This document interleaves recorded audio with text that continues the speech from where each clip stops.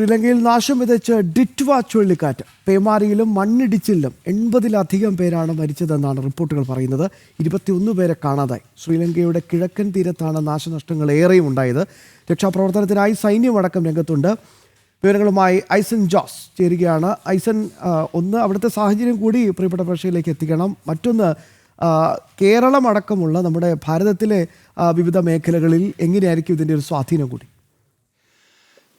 ശ്യാംബാബു, ഇപ്പോൾ നമുക്ക് ലഭ്യമാകുന്ന വിവരങ്ങളനുസരിച്ച് ശ്രീലങ്കയിലുണ്ടായ ഈ ദുരന്തത്തിൽ, അതായത് പ്രധാന നദികളിലെല്ലാം തന്നെ വെള്ളം കയറുന്നൊരു സാഹചര്യം, ജലനിരപ്പ് ഉയരുന്നൊരു സാഹചര്യം ഉണ്ടായി. സ്വാഭാവികമായും അത് വെള്ളപ്പൊക്കത്തിലേക്കും അതുപോലെ തന്നെ ഈ മലയിടിച്ചിലേക്കുമൊക്കെ വഴിവെച്ചു എന്നാണ് അറിയാൻ സാധിക്കുന്നത്. അത്തരത്തിലാണ് 80ഓളം പേരുടെ മരണം സംഭവിച്ചുവെന്ന് അറിയാനും സാധിക്കുന്നത്. 80ഓളം പേരുടെ മരണം സംഭവിക്കുകയും സ്വാഭാവികമായും 21 പേരെ കാണാതായിട്ടുണ്ട് എന്ന വിവരമാണ് ഇപ്പോൾ ലഭിക്കുന്നത്. ഇവരെ സംബന്ധിച്ച് സൂചനകളൊന്നും ലഭ്യമായിട്ടില്ല.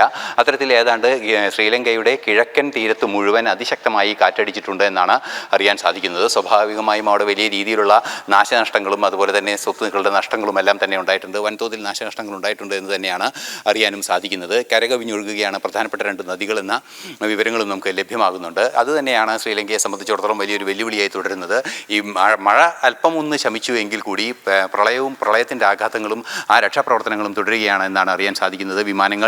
പല വിമാനങ്ങളും റദ്ദ് ചെയ്തിട്ടുണ്ട്. വിമാനത്താവളങ്ങളുടെ പ്രവർത്തനം നിശ്ചലമായിരിക്കുന്നു. കണക്ടിവിറ്റിയൊക്കെ ബാധിക്കുന്ന പടിഞ്ഞാറൻ ശ്രീലങ്കയുടെയും കിഴക്കൻ ശ്രീലങ്കയുടെയും മധ്യ ശ്രീലങ്കയുടെയും ഭാഗങ്ങളിൽ അതിശക്തമായി ഈ പ്രശ്നങ്ങൾ ഉണ്ടായിട്ടുണ്ട്. അതുകൊണ്ട് തന്നെ ആ പ്രദേശങ്ങളെല്ലാം തന്നെ ഏതാണ്ടൊക്കെ ഒറ്റപ്പെട്ട രീതിയിലേക്ക് കാര്യങ്ങൾ പോകുന്നു എന്നാണ് അറിയാൻ സാധിക്കുന്നത്. ദുരന്തം വിതച്ചൊരു സാഹചര്യമുണ്ട് എന്നതും ഒരു യാഥാർത്ഥ്യമാണ്. ആ ഒരു പശ്ചാത്തലത്തിലാണ് രക്ഷാപ്രവർത്തനങ്ങൾ തുടരുകയും ആ സാഹചര്യം നിലനിൽക്കുകയും ചെയ്യുന്നത്. അതേസമയം ഇനി കേരളത്തിൻ്റെ കാര്യവും അതുപോലെ തന്നെ ഭാരതത്തിൻ്റെ കാര്യവും പരിശോധിക്കുകയാണെങ്കിൽ ഭാരതത്തെ സംബന്ധിച്ചിടത്തോളം ചില വിവരങ്ങൾ നമുക്ക് ലഭ്യമാകുന്നുണ്ട്.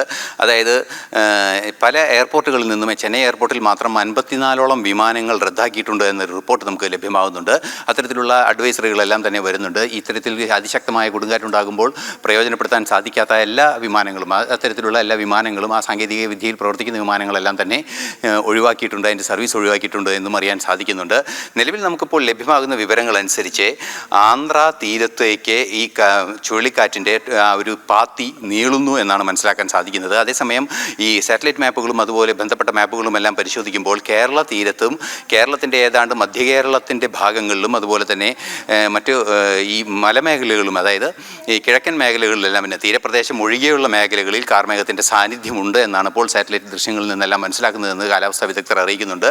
അതുകൊണ്ട് തന്നെ പല ഉയർന്ന ഹൈറേഞ്ചിൽ മഴയുണ്ടാകാനുള്ള സാധ്യത തള്ളിക്കളയാനാവില്ല. അതിശക്തമായ മഴയുണ്ടാകാനുള്ളൊരു സാധ്യത തന്നെയുണ്ട്. ചിലയിടങ്ങളിൽ മോഡറേറ്റായ മഴ, ഒറ്റപ്പെട്ട മഴയൊക്കെ ഉണ്ടാകാനുള്ള രീതിയിലുള്ള സാധ്യതകൾ കാണുന്നുണ്ട്. അതേസമയം തീരദേശത്ത് വലിയ വെല്ലുവിളികൾ ഉണ്ടാകാൻ